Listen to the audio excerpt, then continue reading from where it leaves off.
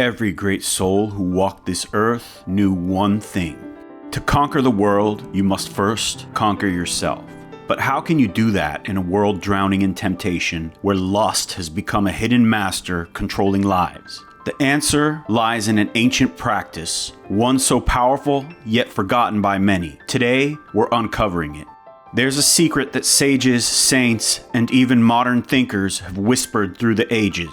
It's a truth so profound that it has the power to break the chains of addiction, transform your energy, and lead you towards a life of clarity and purpose. Yet most people ignore it, consumed by the relentless grip of their desires. In this video, we'll explore this hidden wisdom, not just as an abstract idea, but as a practical path for reclaiming your inner power. What if everything you've been searching for is already within you, waiting to be unlocked? The beauty of this path is that it isn't reserved for a select few. Anyone can walk it if they truly put their mind to it. You don't need extraordinary talent, wealth, or status, only the willingness to take the first step and the courage to continue. With discipline and focus, the same energy that binds you can be redirected and set you free. The only question is, are you ready to claim that freedom? Be sure to like, subscribe, and all the bells and whistles so you can stay up to date with our content, and we will surely continue to deliver more videos like this one.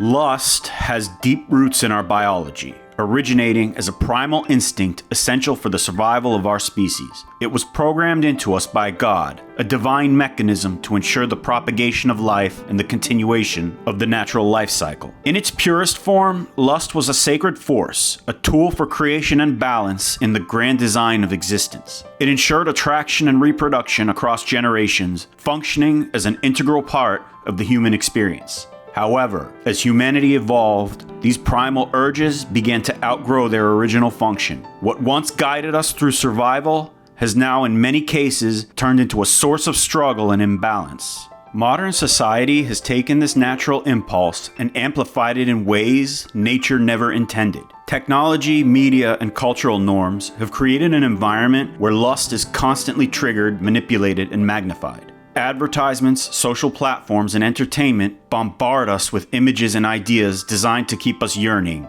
feeding a cycle of endless desire. What was once a subtle whisper of attraction has become a deafening roar, pulling us further from harmony and deeper into distraction. In this overstimulated world, the simple biological impulse of lust has become a force that can overwhelm the mind and soul, leaving many feeling trapped and disconnected from their higher purpose. From a spiritual perspective, lust can be seen as more than just a primal urge. It's a tool, a test, and an opportunity for growth. The intensity of lust challenges us to confront our inner world, teaching us discipline, self-awareness, and the power of choice. It exists as a part of divine creation, woven into the fabric of life to ensure connection, intimacy, and the continuation of humanity. Yet, like many aspects of human experience, it carries a dual nature that can either elevate or ensnare us, depending on how we approach it. Attraction, in its purest form, is a celebrity of beauty, vitality, and connection, a reflection of divine intention. It's natural and healthy, a force that draws people together and fosters bonds that can lead to love, companionship, and creativity. However, when attraction morphs into uncontrolled desire, it begins to consume rather than connect. Desire, untethered from higher purpose, binds the mind and spirit, pulling us away from spiritual clarity and alignment with divine will. This duality is no accident. The line between attraction and desire is where the test lies.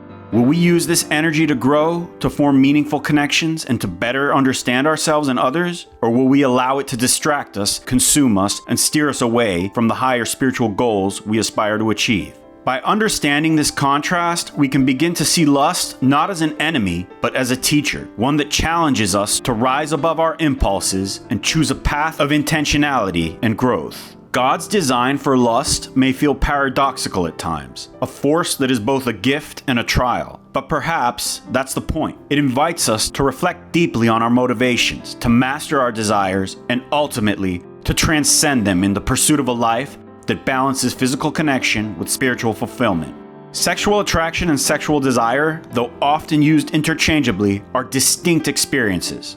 Attraction is a natural and fleeting instinctual response to another person's presence, driven by biological and psychological factors. It is momentary, usually fading once the interaction ends. Attraction, in its essence, is not harmful. It is simply a part of human nature, like any other sensory response. Desire, however, takes this attraction and transforms it into an obsessive and consuming urge, one that lingers and escalates beyond its natural limits. When sexual desire becomes unchecked, it grows into an insatiable craving that dominates thoughts and behaviors, leading to imbalance and distraction. Unchecked desire has profoundly harmful effects. It often leads to suffering, as the constant pursuit of gratification never brings lasting fulfillment. The individual becomes trapped in a cycle of craving and disappointment, unable to experience true peace. Additionally, desire tends to objectify others, reducing them to mere instruments of pleasure rather than recognizing their full humanity. This objectification not only harms relationships, but also undermines one's spiritual growth. When sexual desire takes precedence, it draws energy away from higher pursuits, stunting personal development and spiritual potential.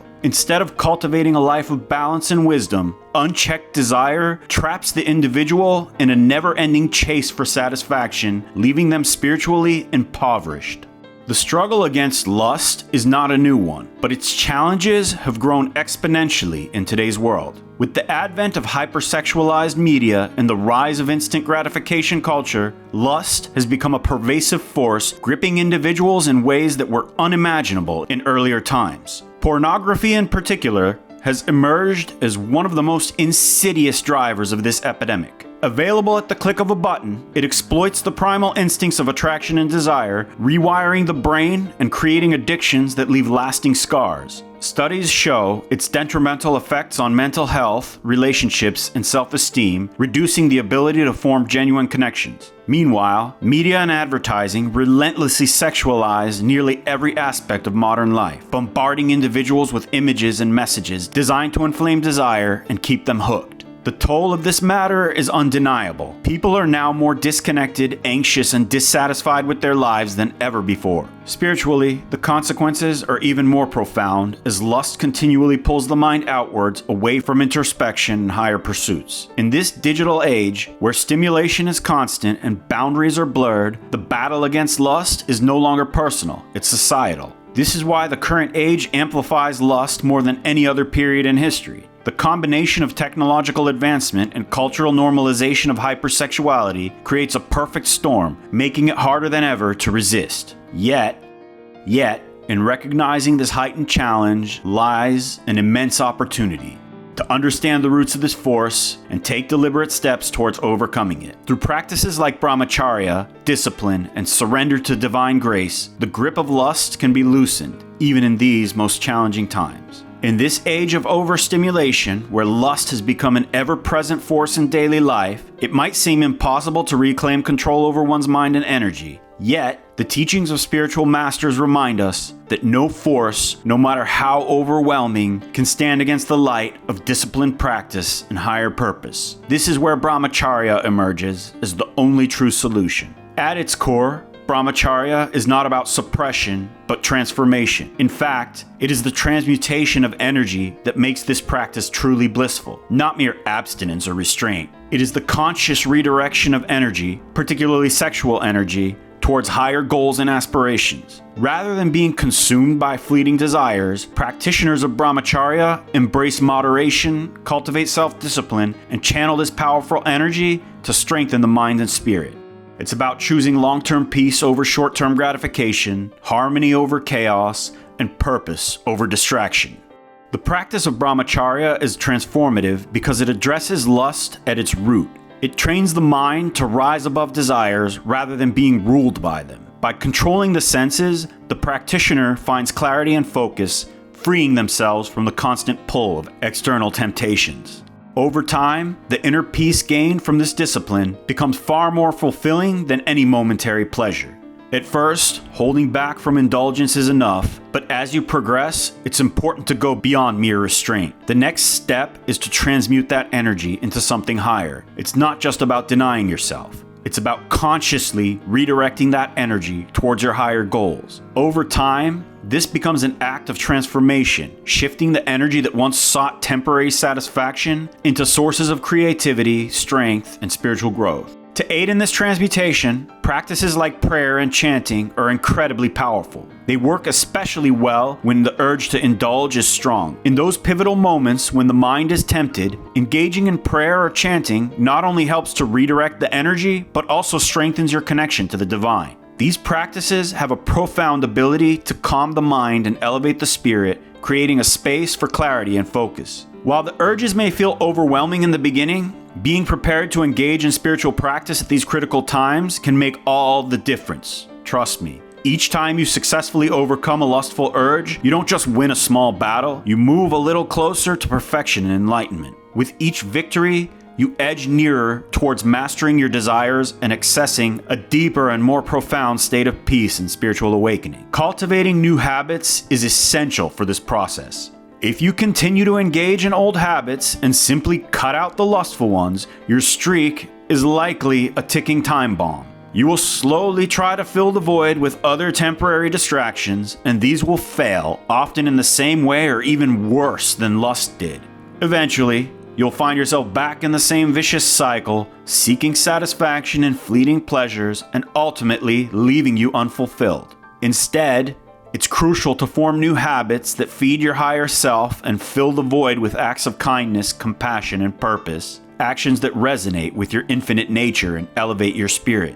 Channel your energy into pursuits that elevate your mind and spirit, whether it's through meditation, acts of charity, creative endeavors, personal development, you name it. By doing so, you will move beyond mere resistance and begin to transmute the very force that once controlled you in a very powerful tool for self-mastery and fulfillment. Brahmacharya is not just a tool to defeat lust. It's a path to liberation, a way to reclaim your mind, your potential, and your divine connection. In embracing this practice, you're opening the door to a life of profound peace, strength, and purpose.